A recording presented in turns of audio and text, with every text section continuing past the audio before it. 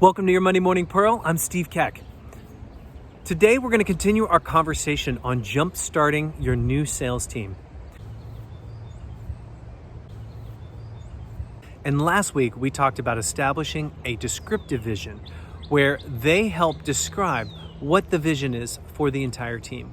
And after you've gotten everyone to buy into the descriptive vision that you collectively created, now it's your turn to micromanage. Yes, I said micromanage. Vision is the proving ground of belief. And we talked earlier about the fact that a belief will have a dramatic impact on the outcomes that you're trying to achieve. So once you've established this vision, you know what outcomes you're looking for. So you now have to prove their beliefs to be true or insufficient. And that is done through walking with each salesperson through their beliefs to an outcome.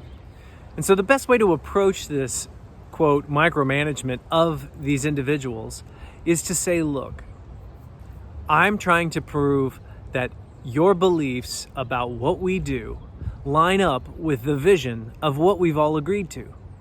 And if they don't, we're going to work together to figure out how to move into the new beliefs that make this work.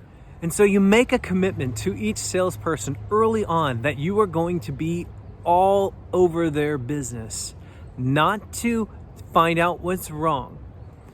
You're there to figure out how to align what they're doing with the vision they've agreed to. So I'll give you an example. I started with a team, and one of the team members told me that their average sales cycle was around 120 days. But then I worked with another salesperson in the same team that told me their average sales cycle was 45 to 90 days. One of those beliefs was insufficient. So what I needed to do is walk with each one of them through their process to see which one was proving true. And when you talk to a salesperson about this next step, you need to show them that it's not micromanaging that you're doing. You're actually proving their way to freedom. So what I did is I would sit down with each one of them and work to prove which one was true. If I could get the 90-day salesperson to close in 90 days, their belief was probably more accurate. But if it took 120 days, then the other person's was more accurate. And after walking through a sales cycle with each one of them, I was able to identify who needed sales development and who needed to realign their expectations on the sales cycle. Both things are needed because it shifts their belief in what can be accomplished. And if there's a gap there, it's your job as a manager to figure it out and help them enhance their skill sets so that gap diminishes. Every salesperson's belief is accurate until proven otherwise, but you've got to do the work to prove it. And you don't have to make a decision whether that's true or not until they prove it. You are not presenting new ideas, you are only revealing old ones so that you can figure out whether they're accurate or not.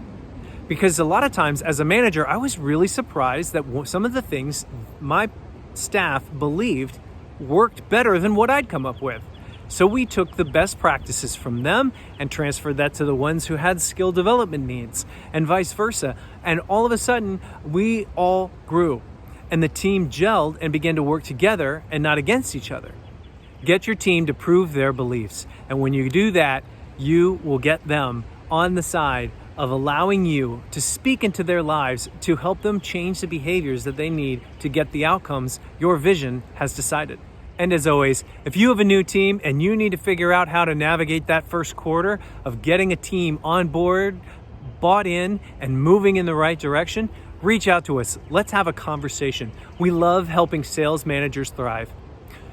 You can find us on our website or one of our social channels.